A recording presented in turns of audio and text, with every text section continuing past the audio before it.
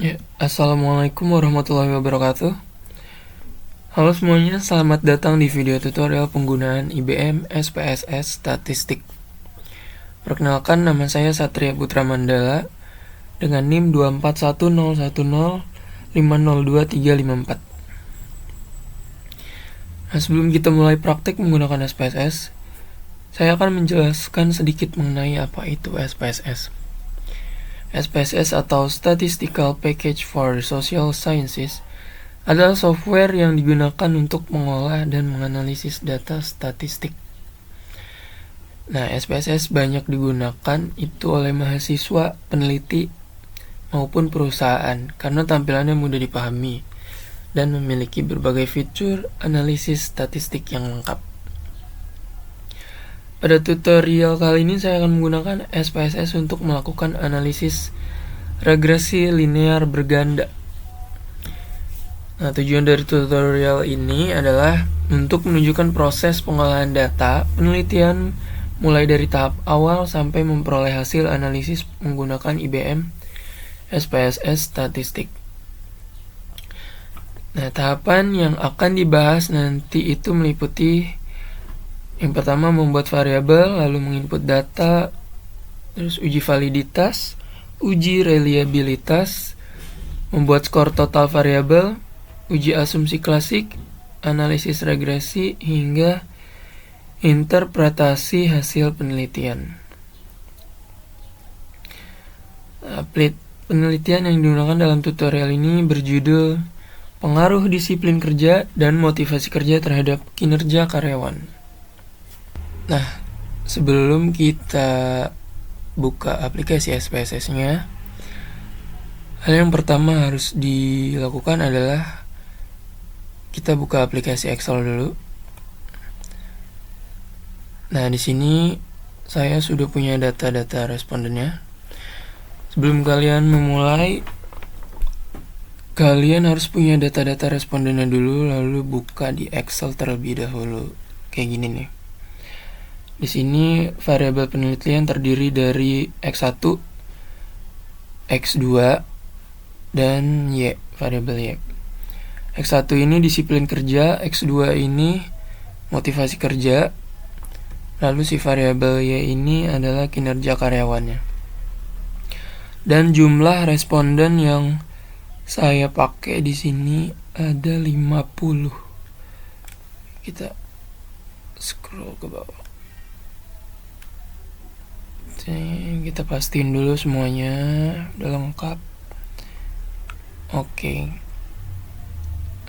Udah ada 50. Dan juga saya di sini menggunakan skala Likert 1 sampai 5. Oke, teman-teman. Sekarang kita mulai prakteknya. Kalau kalian sudah ada data seperti ini, selanjutnya kita buka aplikasi IBM SPSS Statistiknya yang sudah terinstall di komputer. Nah, setelah aplikasi terbuka, di sini akan muncul tampilan data editor.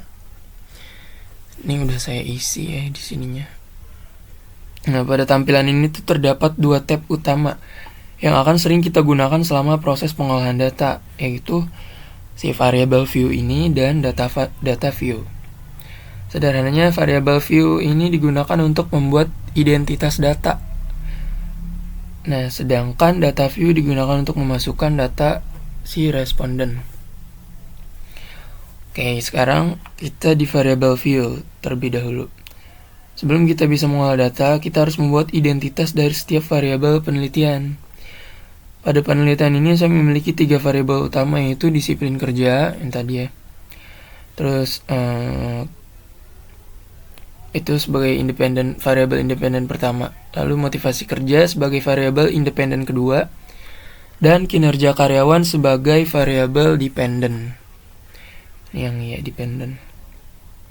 Nah, masing-masing si variabel ini terdiri dari 5 indikator. Nih dari 1 sampai 5, nih X2 1 sampai 5, begitupun Y. Di sini kolom pertama ini, bagian ini digunakan untuk memberikan nama setiap indikator. Yang name ini. Untuk variabel disiplin kerja, saya menggunakan nama x1_1 sampai x1_5. Ini untuk disiplin kerja. Nah, yang x2_1 sampai x2_5 ini saya gunakan untuk si motivasi kerja. Dan yang Y ini untuk kinerja karyawan. Nah, teman-teman perlu diperhatikan bahwa pada kolom name tidak boleh menggunakan spasi ataupun simbol tertentu, karena SPSS hanya menerima format nama tertentu.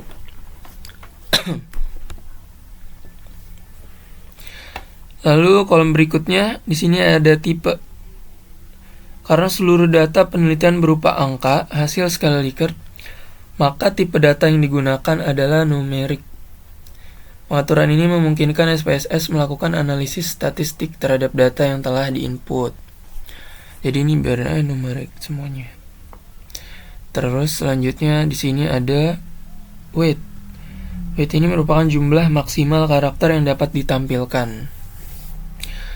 Nah, pada penelitian ini saya membiarkan pengaturan weight dalam kondisi default karena sudah sesuai dengan kebutuhan. Selanjutnya ada decimals. Ini tuh tadinya angka 2 ya, teman-teman.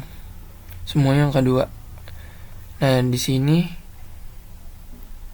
kita ubah jadi 0 semuanya, jadi 0.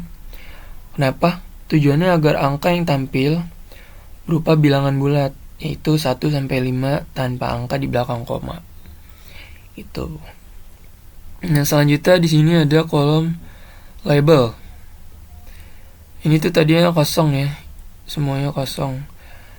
Nah, pada kolom label ini saya mengisi nama lengkap dari masing-masing indikator ya.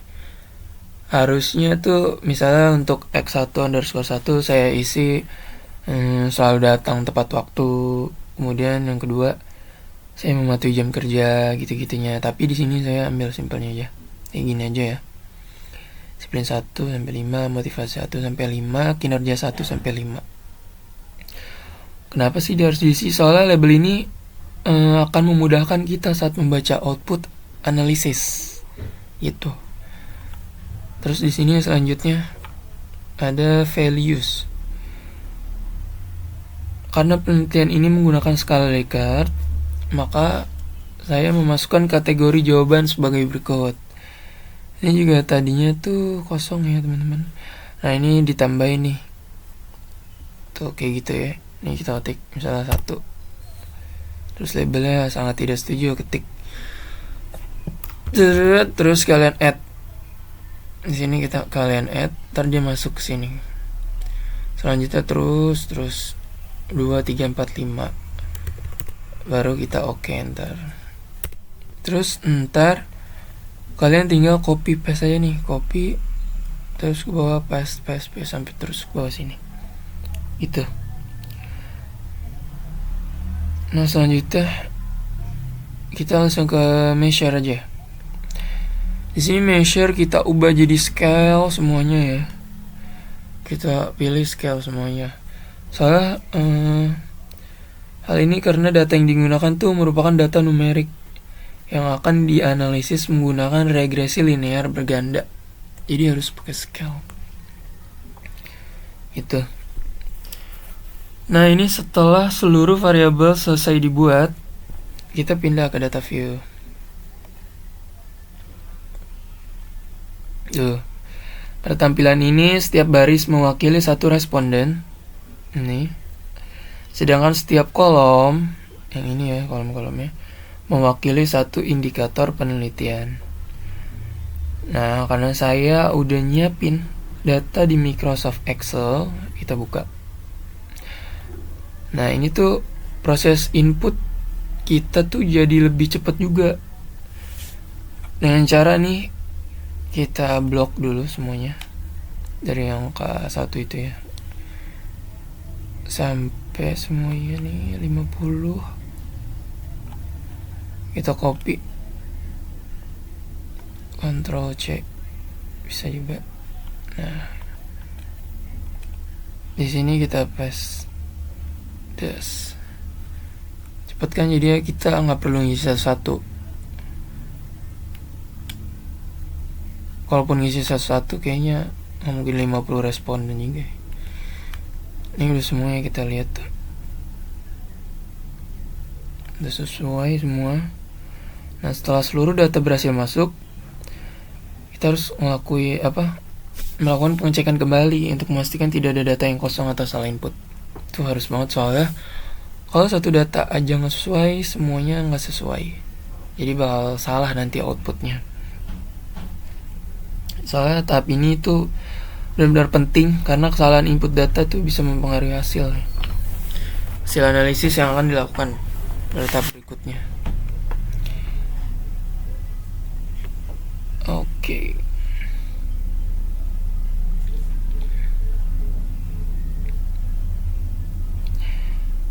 Nah teman-teman, setelah seluruh data berhasil kita masukkan ke SPSS, sekarang kita masuk ke tahapan berikutnya, yaitu pengujian instrumen penelitian.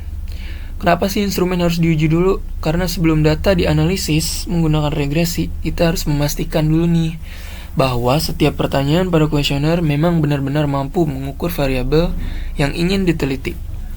Misalnya variabel disiplin kerja. Kalau pertanyaan yang kita buat ternyata tidak benar-benar mengukur disiplin kerja, maka hasil penelitian nantinya menjadi kurang akurat. Makanya oleh karena itu, tahap pertama yang wajib dilakukan adalah uji validitas. Oke, langsung aja. Di sini ada analyze di tab nih. Kita langsung klik aja analyze. Lalu di sini kita cari scale. Nah, di sini scale, terus reliability analysis ya. Scale ini tuh digunakan untuk melakukan analisis terhadap instrumen penelitian, khususnya data yang menggunakan skala seperti skala Likert. Kita pakai scale. Ini kan reliability analysis. Nah, di sini walaupun nama menunya reliability analysis, di dalam outputnya ini kita juga bisa melihat hasil uji validitas melalui nilai corrected item total correlation. Ntar kita lihat ya. Nah, ini kita pencet aja dulu. Nah, ini nongol ya. Nongol kotaknya lagi. Di sini di bagian sebelah kiri sini terlihat seluruh variabel yang sudah saya buat sebelumnya tadi. Karena saya akan menguji variabel disiplin kerja terlebih dahulu, ini kita blok dulu indikator x1_1 sampai underscore 5. Di sini kita blok. Kita pindahin ya. Kita klik nih tombol panah, pindahin ke items. Lalu sebelum lanjut, pastikan pada bagian model di sini di bawah itu kalian menggunakan pilihan yang alpha. Di sini kan ada banyak, ini pastikan alpha ya. Soalnya alpha atau Cronbach alpha merupakan metode yang paling sering digunakan untuk menguji reliabilitas instrumen penelitian. Terus selanjutnya di sini ada statistik. Ini kita klik juga. Di sini di bagian ini saya menentukan informasi apa aja yang bakal ditampilkan oleh SPSS pada hasil analisis. Di sini di bagian descriptives for ada tiga kolom. Di kotak di sini kita centang item. Terus selanjutnya scale. Nah, ini juga scale if item data. Terus di sini kita klik continue.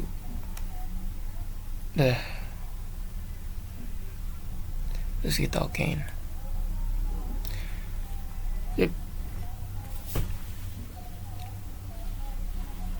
Nah, di sini output pertama yang muncul adalah tabel reliability statistik.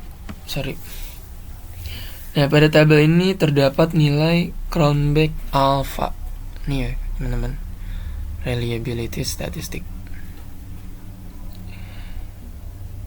Nah, nilai Cronbach alpha di sini tuh digunakan untuk mengetahui apakah instrumen penelitian memiliki tingkat konsistensi yang baik atau tidak. Nah, semakin besar nilai Cronbach alpha, maka semakin baik tingkat reliabilitas instrumen tersebut. Nih, di sini nih. Makanya di sini 0,943. Ya kan? Pada penelitian ini diperoleh nilai Cronbach alpha sebesar 0,943. Nah, berdasarkan teori, suatu instrumen dinyatakan reliable apabila nilai Cronbach alpha lebih besar dari 0,70. Karena di sini nilainya 0,943, berarti di sini lebih besar dari 0,70 dong. Maka dapat disimpulkan bahwa variabel disiplin kerja dinyatakan reliable. Nah, berarti di sini udah selesai nih. Sini kita scroll dikit ke bawah.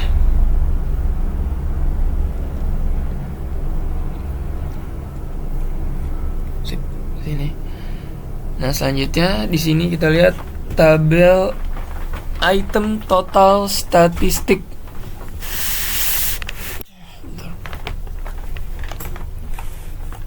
Di sini ada tabel item nih, item total statistik. Pada tabel ini terdapat beberapa kolom. Namun yang menjadi fokus utama adalah kolom corrected item, total correlation. Nah, nilai pada kolom ini itu digunakan untuk menentukan apakah setiap indikator dinyatakan valid atau tidak. Itu nih juga nih penting. Kita lihat di sini ya semuanya. Nah, jadi berdasarkan teori, apabila nilai corrected item total correlation lebih besar dari 0,30, maka indikator dinyatakan valid. Ini kita lihat di sini semuanya ya. Ini di atas 8 semua. Ini sebagai contoh misalnya X1_1 di sini disiplin 1. Indikator pertama memiliki nilai 0,859. Nilai tersebut jauh lebih besar dari 0,30. Nah, sehingga indikator pertama dinyatakan valid. Begitupun juga indikator kedua, ketiga, keempat, dan kelima. Semua yang gede di atas 0,30. Nah, oleh karena itu dapat disimpulkan bahwa seluruh indikator pada variabel disiplin kerja dinyatakan valid. Nah, setelah variabel disiplin kerja selesai diuji, kita balik lagi dulu ke sini nih, ke si data variable view. Data view. Setelah variabel disiplin kerja selesai diuji, kita lakukan langkah yang sama pada variabel motivasi kerja dan kinerja karyawan. Kita lakuin lagi kayak tadi, kita klik analyze, terus scale di sini, reliability analyze. Ini kita keluarin dulu teman-teman. Kita ganti ya. Karena ini kan udah disiplin kerja, kita balikin. Sekarang motivasi.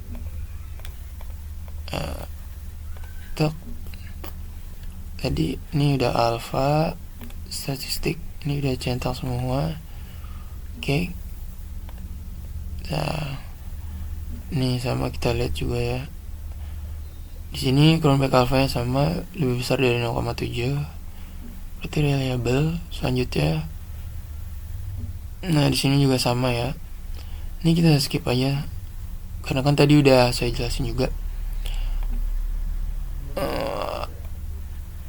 Kita uji lagi begitu terus sampai yang variabel terakhir tuh, variabel y-nya. Kita balikin juga. Gantian yang y sekarang.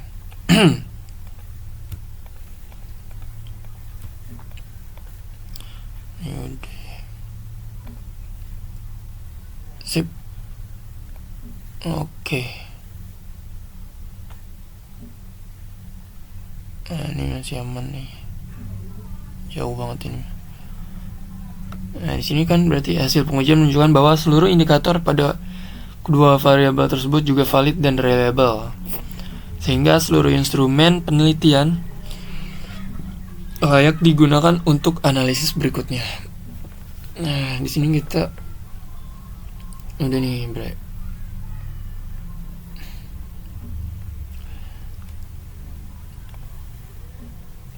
Kita balik lagi ya teman-teman ke sini. Oke. Setelah seluruh instrumen penelitian selesai diuji dan hasilnya dinyatakan valid, terus udah reliable juga. Sekarang kita masuk ke tahap berikutnya, yaitu melakukan analisis regresi. Nah, tapi sebelum melakukan regresi, ada satu langkah yang nggak boleh dilewatin, yaitu membuat skor total masing-masing variabel. Nih, kita ke variabel di sini belum ada total ya. Kenapa sih harus dibuat skor total? Nah, kenapa? Karena pada analisis regresi kita tidak menggunakan setiap indikator secara terpisah. Yang dianalisis adalah nilai keseluruhan dari variabel disiplin kerja, lalu motivasi kerja, dan kinerja karyawan. Nah, oleh karena itu kita harus menjumlahkan seluruh indikator yang dimiliki setiap variabel terlebih dahulu. Caranya gimana? Di sini, di tab atas ini kan, sini ada transform nih. Nah, ini kita klik nongol nih ya, tuh pilihan-pilihannya. Nah, si menu transform ini digunakan untuk mengubah atau membuat variabel baru berdasarkan data yang sudah ada. Misalnya menjumlahkan data, menghitung rata-rata, membuat kategori baru, maupun melakukan perhitungan lainnya. Nah, kita udah klik transform. Di sini kita pilih yang compute variable yang paling pertama. Kita pilih, kita klik. Nah, ini udah nongol ya, kolomnya kayak gini. Masuk tengah ini. Nah, si compute variable ini tuh berfungsi untuk membuat variabel baru berdasarkan rumus tertentu. Pada tutorial ini saya akan membuat skor total ya dari masing-masing variabel penelitian.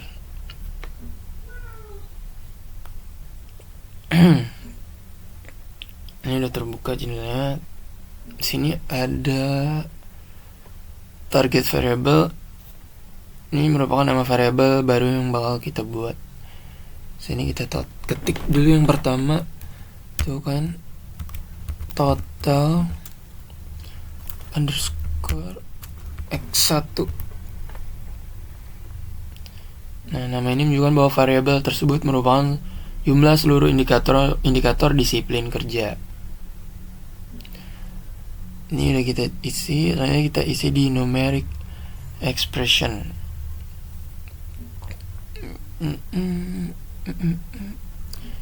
Di sini kita pakai rumus penjumlahan yaitu sum. Kita klik sum ya. Terus di sini kita pakai ini buka kurung tutup kurung. Nah, di sini kan nih udah terlihat ya. Terdapat seluruh indikator penelitian yang sudah dibuat sebelumnya. Di sini kita klik aja nih X1. Kita pencet tanda panah, terus koma, terus selanjutnya X2, koma. Ini yang bakal kita jumlah, ini kita masukin. Koma masukin. Sip. Karena ini yang pertama kita nyari total X1 dulu, variabel yang pertama. Jadi kita masukin yang X1 1 sampai 5 dulu. Nah, fungsi sum ini tuh digunakan untuk menjumlahkan seluruh indikator menjadi satu nilai total. Karena variabel disiplin kerja memiliki 5 indikator, maka seluruh indikator tersebut dijumlahkan sehingga menghasilkan satu skor total. Jadi kita langsung klik OK aja.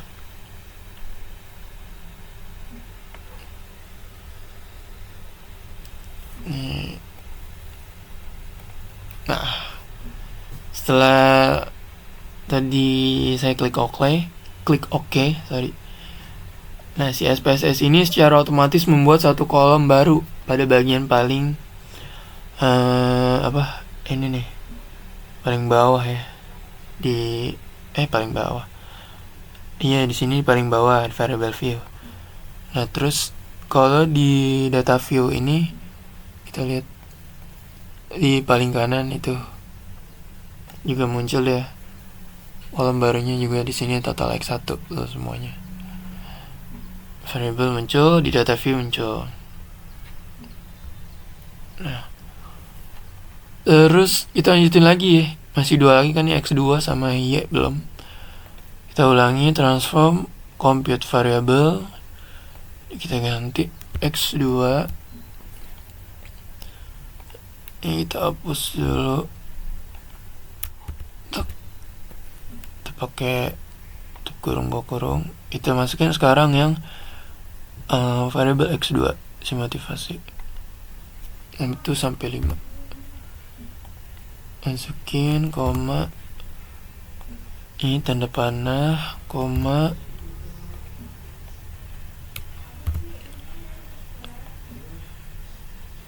sip, oke. Kita lihat.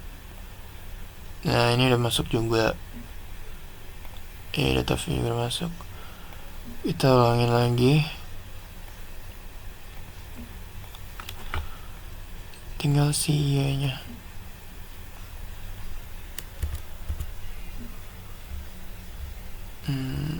Ya.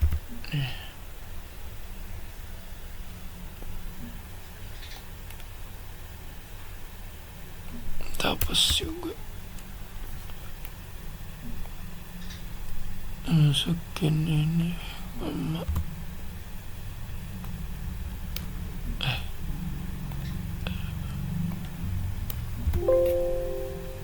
Sorry.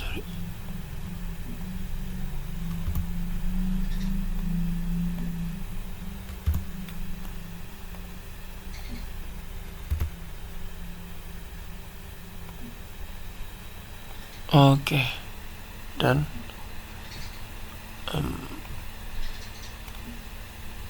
udah masuk semua nih. Udah masuk semuanya. Di sini ada total X1, total X2, dan yang terakhir total Y. Nah, di sini gue udah masuk ini. Ini masuk semua. Oke sih. Nah, setelah seluruh proses selesai, sekarang kita memiliki 3 variabel baru nih. Nah, ketiga variabel inilah yang nantinya bakal digunain dalam analisis regresi. Kenapa nggak pakai X1 underscore 1? Nah, ini penting kalau dosen nanya ya. Kalau dosen nanya. Teman-teman kayaknya mungkin ada yang bertanya nanti kenapa nggak langsung menggunakan X1 underscore 1 sampai X1 underscore 5. Jawabannya tuh karena si regresi linear berganda itu bertujuan melihat hubungan antar variabel penelitian, bukan indikator. Nah, oleh karena itu seluruh indikator dijumlahkan terlebih dahulu menjadi satu skor total agar mewakili masing-masing variabel gitu. Nah, kita masuk regresi ya sekarang. Nah, setelah skor total selesai dibuat, sekarang kita siap melakukan analisis regresi linear berganda. Caranya gimana? Kita di sini klik analyze lagi. Analyze ya. Karena seluruh analisis statistik pada SPS itu dilakukan melalui menu ini nih, di analyze utama deh. Terus kita langsung cari di sini regression. Nah, udah regression. Terus kita pilih linear. Sip.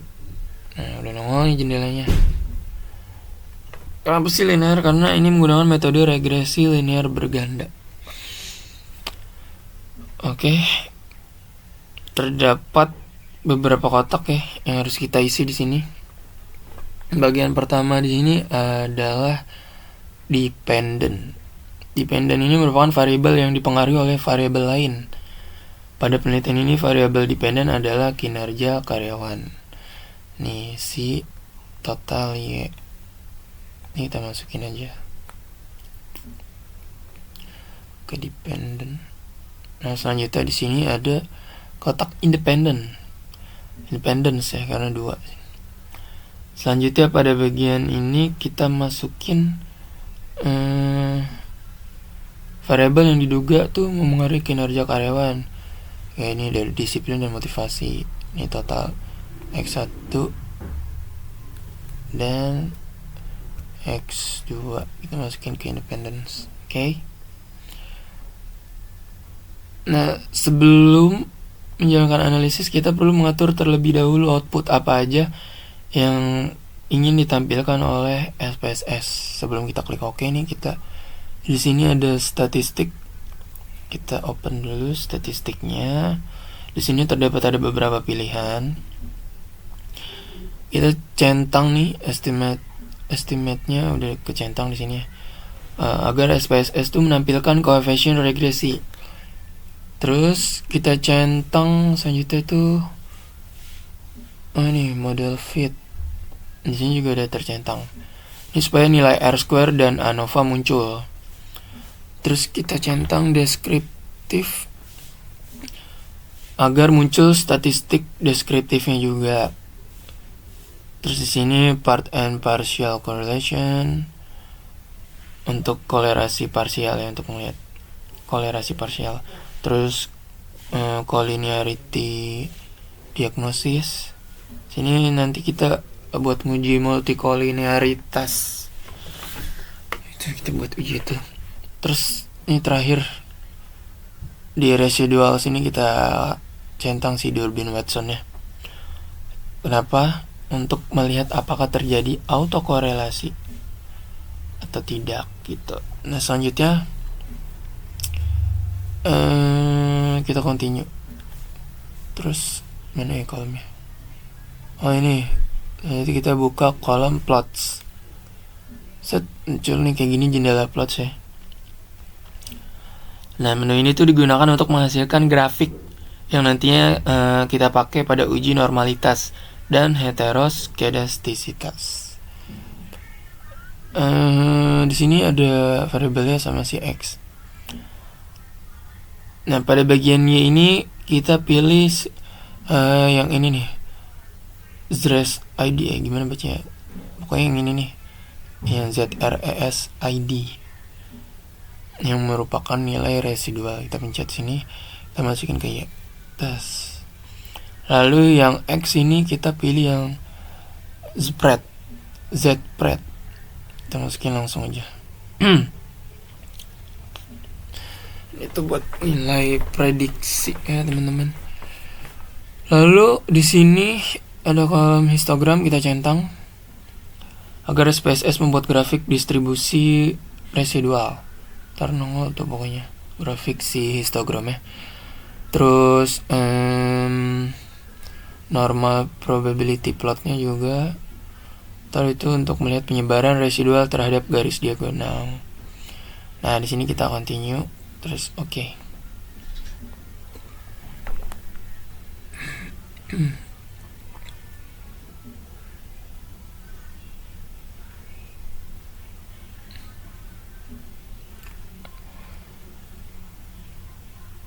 Oke.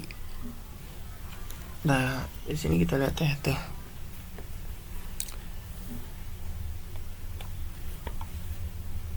Nah, setelah semua pengaturan selesai dan saya menekan tombol OK tadi, SPSS secara otomatis mengolah seluruh data yang telah kita input. Nah, hasil pengolahan tersebut akan muncul pada jendela output viewer. Ini ya, namanya output viewer. Nah, disinilah proses analisis sebenarnya dimulai. Kita tidak boleh hanya melihat angka ya, tetapi juga harus memahami arti dari setiap tabel yang ditampilkan oleh SPSS. Oleh karena itu, pada bagian ini saya akan menjelaskan satu persatu output yang muncul. Di sini output pertama yang muncul adalah descriptive statistics. Nih. Pertama nih. Nah, di sini di tabel ini tuh berisi informasi dasar mengenai data penelitian. Misalnya jumlah responden, terus nilai rata-rata nih, terus standar revisi, nilai minimum dan nilai maksimum. Nah, dari tabel ini kita bisa memastikan bahwa seluruh data berhasil masuk ke dalam SPSS sesuai jumlah responden yang digunakan. Nah, karena fokus penelitian ini adalah analisis regresi, maka tabel ini hanya saya gunakan sebagai informasi awal mengenai karakteristik data. Terus selanjutnya di sini ada tabel correlation. Nah, tabel ini menunjukkan hubungan antar variabel penelitian. Semakin mendekati angka 1, maka hubungan antar variabel semakin kuat. Nah, itu ya. Ini. Namun pada penelitian ini kita akan lebih fokus pada hasil regresi, sehingga tabel korelasi hanya digunakan sebagai informasi tambahan. Kita scroll lagi nih ke bawah. Sip. Nah, ini. Di sini ada variables entered remove atau remove ya gitu. Nah, tabel ini menunjukkan variabel apa aja sih yang dimasukkan ke dalam model regresi. Pada penelitian ini terdapat 2 variabel independen. Nih variabelnya, yaitu disiplin kerja si X1 dan X2 sebagai motivasi kerja. Sedangkan variabel dependennya adalah kinerja karyawan. Kinerja karyawan. Yang ya. Selanjutnya di sini ada model summary. Sekarang kita masuk ke salah satu tabel yang paling paling penting dan pada analisis regresi, yaitu model summary di sini.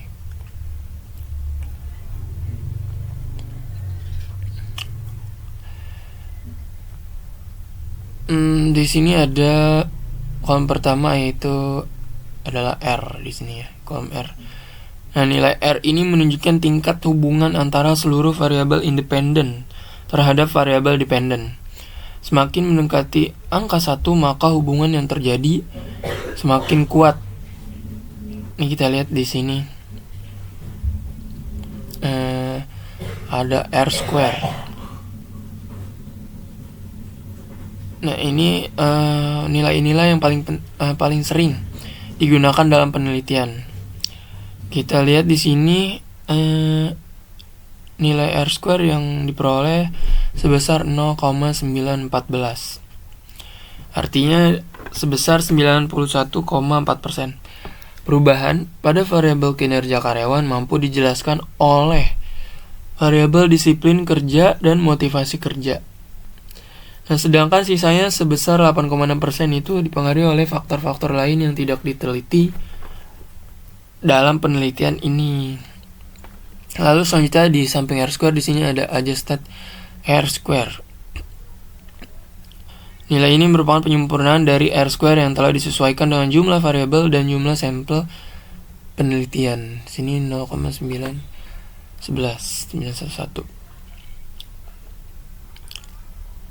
Nah, pada bagian paling kanan di sini terdapat nilai Durbin-Watson. Nilai Durbin-Watson digunakan untuk mengetahui apakah terjadi autokorelasi pada model regresi. Pada penelitian ini nilai Durbin-Watson sebesar 2,124. Nah, nilai tersebut mendekati angka 2 sehingga dapat disimpulkan bahwa model regresi tidak mengalami autokorelasi. Jadi aman nih ya. Oke, sampai sini ini udah summary. Kita nggak ngalamin autokorelasi. Selanjutnya kita lihat di sini ada tabel ANOVA. Tabel ANOVA ini tuh digunakan untuk apa? Untuk melakukan uji F. Nah, ini teman-teman ya, kita udah sampai di uji F nih. Uji F itu bertujuan mengetahui apakah seluruh variabel independen secara bersama-sama berpengaruh terhadap variabel dependen atau tidak. Kita lihat ke bagian sini, sik ini signifikan ya. Pada penelitian ini nilai signifikansi sebesar kurang dari 0,0 Nah, karena nilai tersebut lebih kecil dari 0,05, lebih kecil ya di sini 0,001. Lebih kecil daripada 0,05. Nah, maka dapat disimpulkan bahwa disiplin kerja dan motivasi kerja secara simultan berpengaruh terhadap kinerja karyawan. Berpengaruh nih berarti. Nah, ini nilai F hitung sebesar 250,351. Nilai tersebut menunjukkan bahwa model regresi yang digunakan memiliki kemampuan yang sangat baik dalam menjelaskan hubungan antar variabel penelitian. Oke, selanjutnya di sini ada kolom tabel koefisien. Ke tabel koefisien kita masuk. Nah, menurut saya tabel ini tuh merupakan tabel yang paling penting juga karena hampir seluruh kesimpulan penelitian berasal dari tabel ini. Ini si koefisien ini.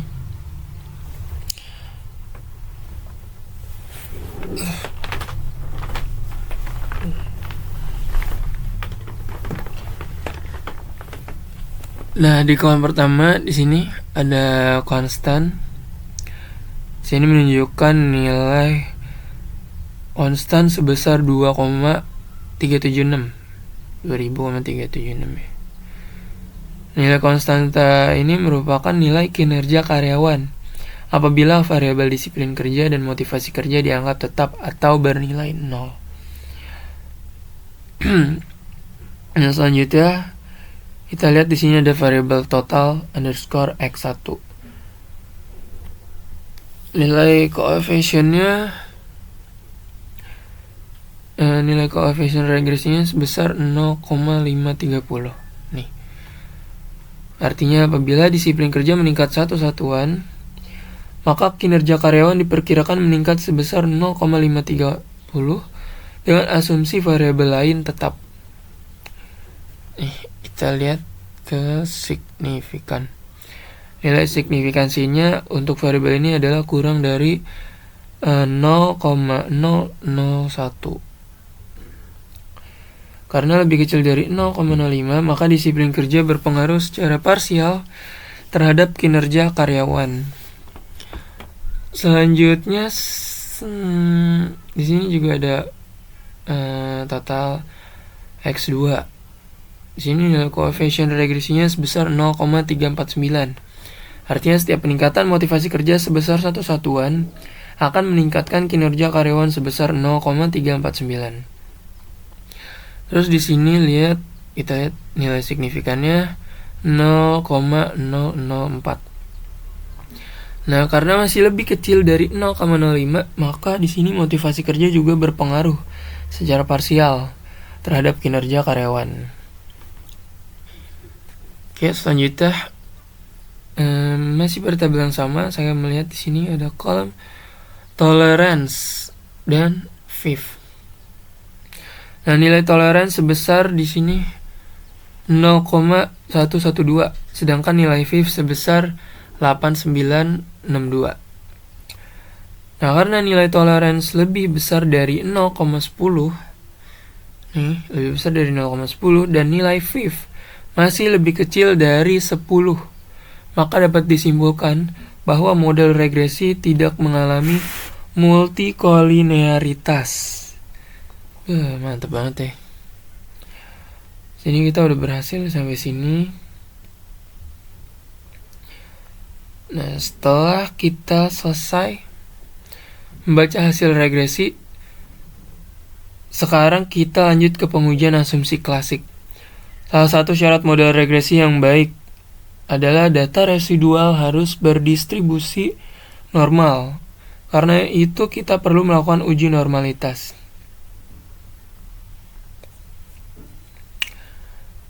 Nah, kita lihat di bagian belah kiri sini ya. Ini di bawah sini ada output pertama, di sini histogram. Ini kita klik. Nah, ini kita klik yang Y aja.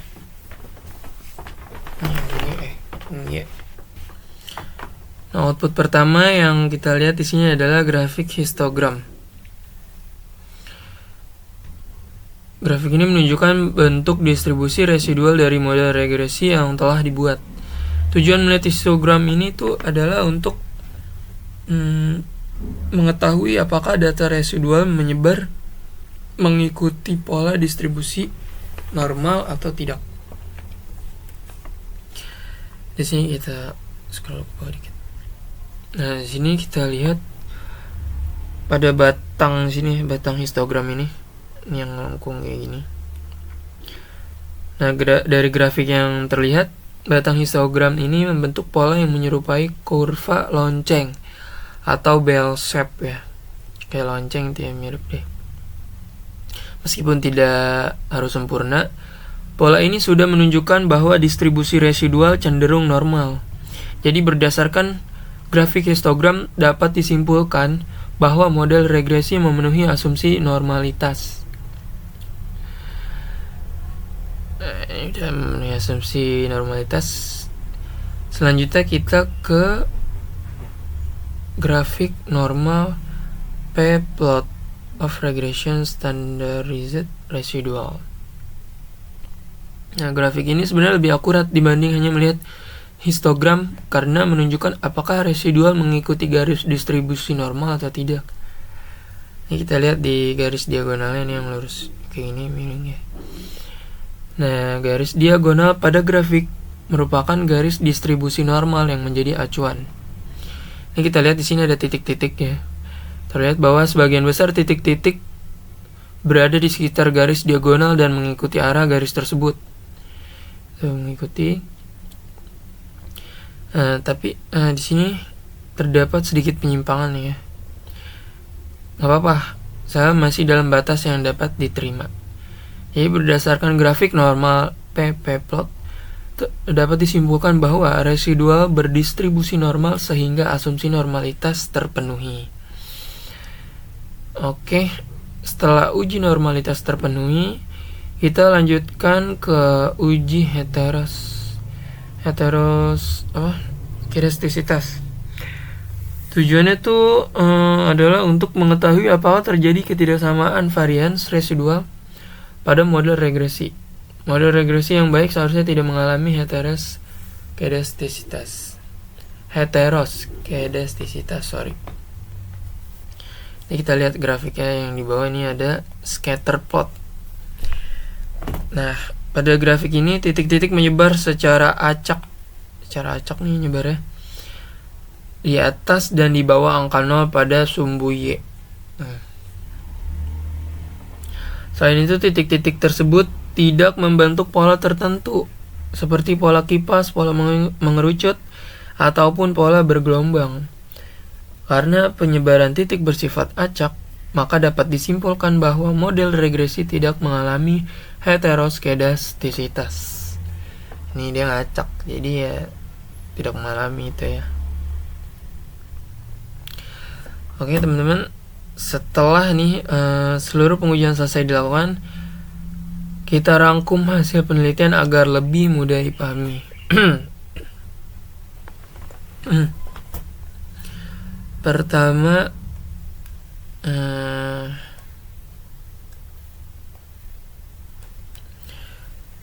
seluruh indikator pada variabel disiplin kerja, motivasi kerja, dan kinerja karyawan telah dinyatakan valid karena nilai corrected item total correlation berada di atas 0,30. Nih ya. Tuh. Ini di atas 0,30 semua. Yang pertama ya. Data kita dinyatakan valid. Nah, yang kedua, seluruh variabel dinyatakan reliable karena memiliki nilai Cronbach alpha lebih besar dari 0,70.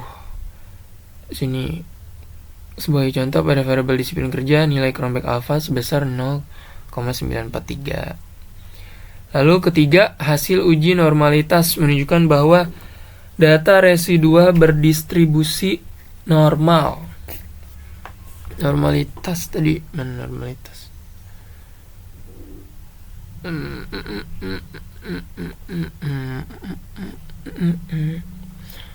Nah, ini normal semuanya ya.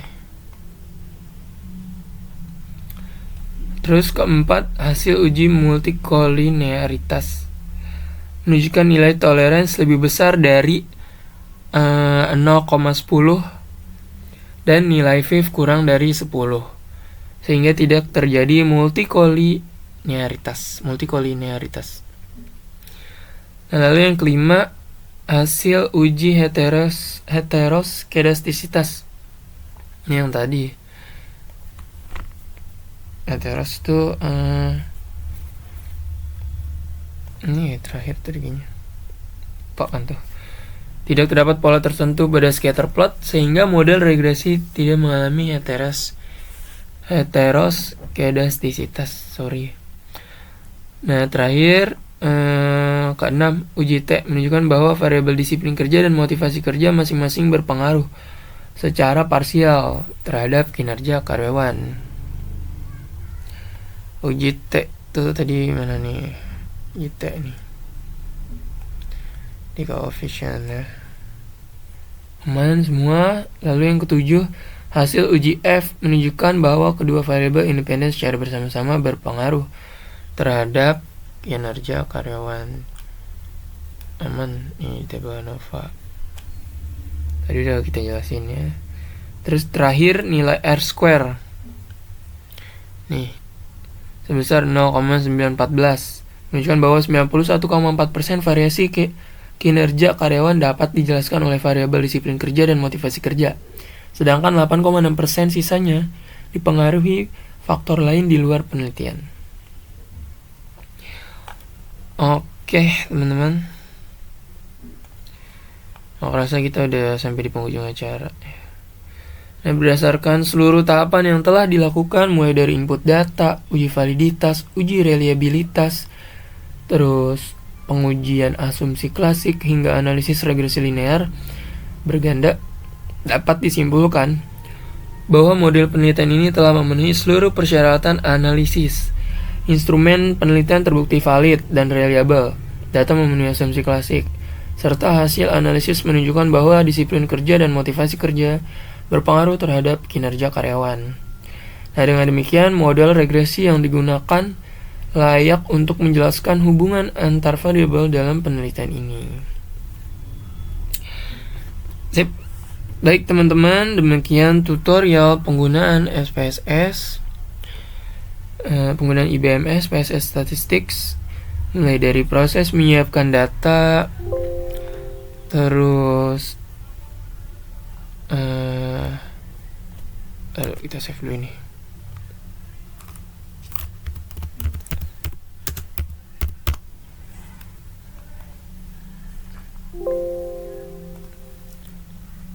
Kita close.